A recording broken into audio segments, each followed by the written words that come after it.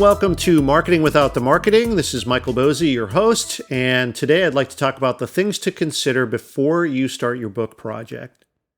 Now, in the last episode, we covered the considerations around whether or not writing a book should be a part of your overall content strategy.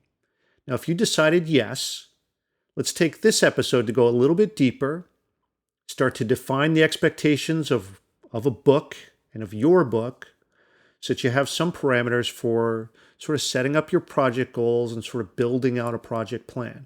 You need to have a plan before you go into this. I mean, that's the same thing for anything in business, and writing a book is no different. So let's start with kind of a silly question. What exactly is a book? This sounds like this would be pretty basic because everyone has a sense of what a book is, or certainly they did, when books were only available in print. But the digital world's blurred the definition a little bit. But even so, there are still certain expectations of a book, and I think it's worth reviewing these expectations before you get to work on a project. Like I said, you can't just start out without a set of goals. It's not going to turn out okay if you do that. You really do have to have a destination in your project journey. So where do we start? Well, generally, a book-length work is expected to be roughly 350 pages or so, give or take. That's going to work out to about 90,000 to 150,000 words. That's assuming sort of industry standard 6x9 format. And let's put that in terms of blog posts, because a lot of folks in the business world are at least used to blogging, whether it's writing blogs or reading blogs, and it's a good sort of comparative measure just to see if you're sort of up for the challenge, right? So blog posts tend to be generally short to medium form content, right? Ranging anywhere from about 350 to about 1,200 words.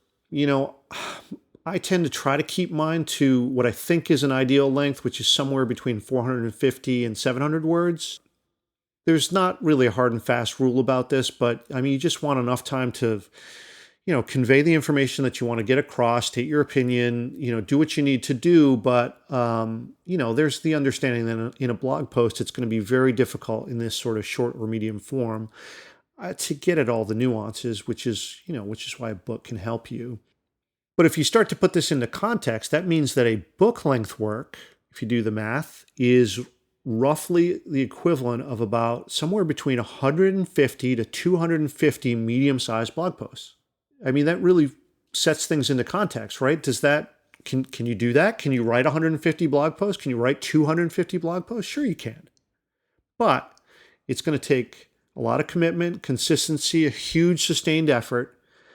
And you're going to have a plan going into this and going forward. I mean, in working with a lot of first-time authors when I was in the publishing industry, setting down to write 150,000 words is a daunting task. And projects of this type would never get done unless you really started to think about cutting it up into small pieces. And really, it sounds cliche, but one foot in front of the other. Small pieces, you start, knocking those down, stringing those together. It's the only way to think about this. Otherwise, you'd never be able to start. It's just too daunting a prospect to sit down and try to write 150,000 words. And this right here is why I always recommend that you start using a blog as a first draft. It's a great strategy for a couple of huge reasons. The first is that it gets you writing. Getting you writing and producing is always a good thing. And what's more is if you treat your content as a promise, which I mentioned in a prior episode, you've actually made a promise to your audience to show up. This puts a little bit of pressure on you, and that pressure is a good thing. The second thing is that it gets you interacting with your audience. And not only is that going to help you build your audience, but it's actually going to make your writing get better too. So you're going to use your blog as sort of this imperfect publishing platform, and sort of, you're going to publish this live first draft as you go. It's going to be your opportunity to test out ideas. You're going to be able to do this in real time in front of real people. And this to me is, it's just a huge way to make sure that you're connecting with people, you understand them, you see in real time what works, what doesn't, what hits, what misses, where your writing style falls down, and the things that people respond to. I mean, in effect, what blogs allow you to do is to practice in front of a live audience. Now, this is where my background as a musician really helps, because I know, and any performer will tell you this, that live practice is required in order to get better. If you're going to connect with people, it really does help to get out there and perform it. And here's the thing, to do that actually before you're even ready to do it. I mean, obviously, you need to have the techniques built up. You got to run through the scales on the piano, or you got to learn the chord shapes on a guitar. You've got to get your script down if you're an actor, so that you can deliver it right with all the nuances. I mean, all this stuff is really, really important. But if you're doing this in your bedroom or in the practice space or in rehearsal, that's not going to tell you how an audience will respond. Or, conversely, how you will respond back to the audience. And the best performances, whether it's live or whether it's in writing, are a conversation. And that's the great thing about today's world in digital, is that even in writing, the best stuff is going to be bi-directional, where it's sort of a conversation with your audience. Social media is excellent for this.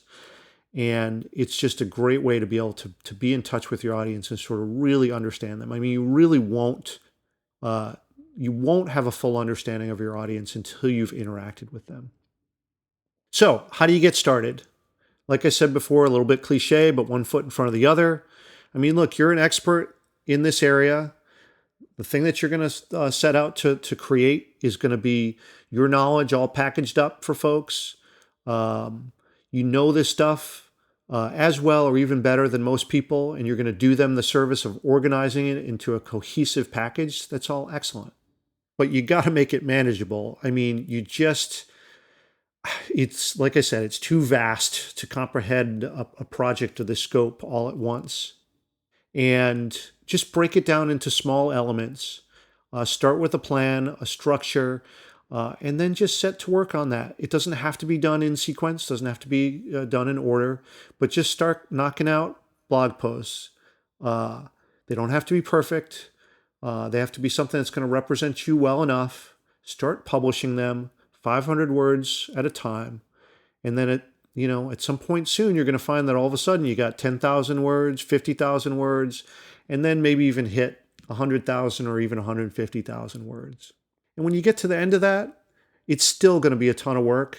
I mean, you can't expect for a blog or a series of blog posts to become a book, but they sure will serve as a first draft. And then now you've got something to work with. Now you can take that and edit it, or you can hire an editor to sit down with it and really put some work into it and start to make it cohesive. But at least you've got something to work with. And if you're working towards and with a plan, you can get there with this, just one step at a time. And that's what I always recommend to my clients, and especially, the folks who I'm working with are running their own businesses. They're very, very busy. They don't have the time to sort of, set aside 3 months or 6 months or whatever to just work on a book project. It's always done in the evenings or all those little spaces where you can find some time to convey some information, and just breaking it down into little pieces can really help you with that. Okay, so I think I'll leave it there. I hope that you find this to be helpful in considering whether or not to start your book project. All these things are good considerations, and it really does help for you to know up front or have a sense up front whether this is for you or not.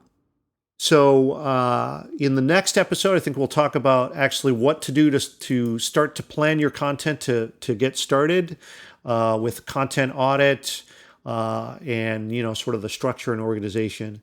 So I hope you'll join me then. And thank you so much to everyone who's been leaving comments, questions, ratings on iTunes. I can tell that it's helped others find this podcast, and I hope that it will be useful to them too. So I really appreciate that. I've just been able to gain a lot of momentum with this podcast, and it's all because of you. And so I just need to say thank you for that. I really appreciate it. All right, we'll see you on the next episode. Thank you so much.